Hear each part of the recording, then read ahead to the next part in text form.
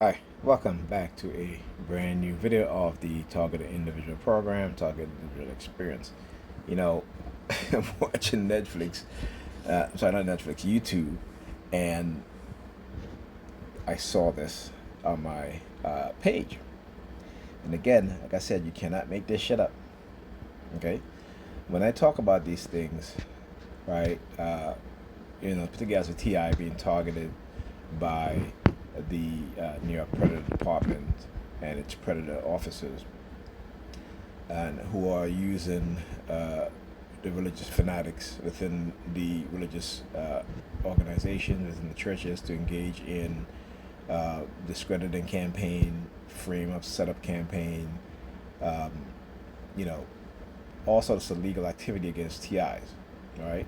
From the illegal surveillance, illegal drugging, using honey traps and all this stuff in order to create a narrative because those within the ops of law enforcement, the FBI, and security agencies, the CIA, have been conducting non-consensual human experimentation, right? Particularly when it comes to BCI, computer brain interface, and the illegal microchipping for surveillance and for remote monitoring. Okay, and try to create a narrative of some sort of investigation that's going on. Okay, which we know is a facade, which we know is a setup to keep those of us who are victims of non-consensual human experimentation constantly under surveillance and under attack, psychological attacks, right? Hence the use of the psychiatric labeling to discredit and then to remove that labeling when they see fit in order to avoid accountability for what it is that they've done. Okay, I make no mistake about it. They cannot undo the psychological damage that they've done. Not also that they cannot undo the neurological damage and the physical damage, and what other damage they've done to TI, including our reputation, our image, our intellectual property, in which they engage in illegal, highly unethical, criminal actions against targeted individuals. So here you have a black police officer, again, who blew the whistle on racism and corruption within his police department. And you had cops within the department threatening and threatening whistleblowers.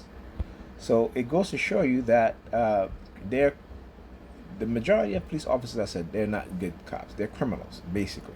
They are the dark triad personality types, and they put themselves in positions of power so they can commit crimes against the general public. And because they are in the authoritative position, they have the resources, the ability, as law enforcement officers and as security officers, to engage in tactics and create whatever outcome they want.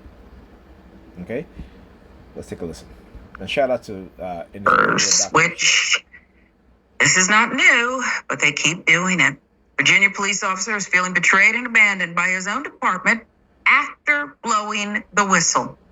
In an interview with NBC4, 9-year veteran officer Michael Brown revealed his fellow officers not only despised him for the color of his skin, but acted to retaliate against him and other officers of color.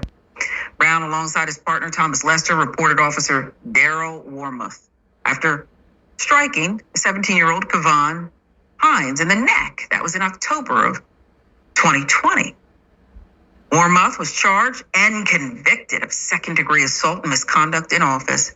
Officials, including Prince George's County State's Attorney Aisha Braveboy, would later say Hines was not the person police were looking for, but it's what investigators found on Warmoth's phone that led to new concerns. An array of racist text messages between Warmoth and other officers serve.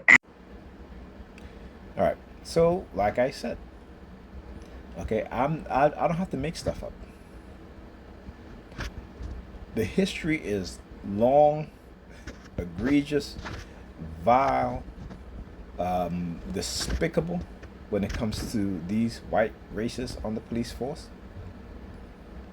And you will have the vast majority of black police officers, Hispanic police officers, Asian police officers co-signing their psychopathic, sociopathic behavior towards black people. Okay? So here are two black officers who witnessed this grown, racist white cop assaulting a teenage black boy. Okay? Who was totally innocent. You see, they don't care whether you're innocent or not, whether you're innocent or not. Even if they have to make shit up, right, to set you up to convict you, if they have to use people around you in order to do it, if they go, and this has after a whole other video on the tactics and manipulation that they use,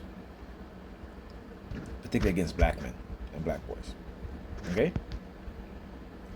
So I'll continue to expose them, right? Because again, they want to silence me about what it is that they've done. You know, they don't tell you about the covert warfare that they engage in, particularly against black men and black boys in our community, in the community in which black people live.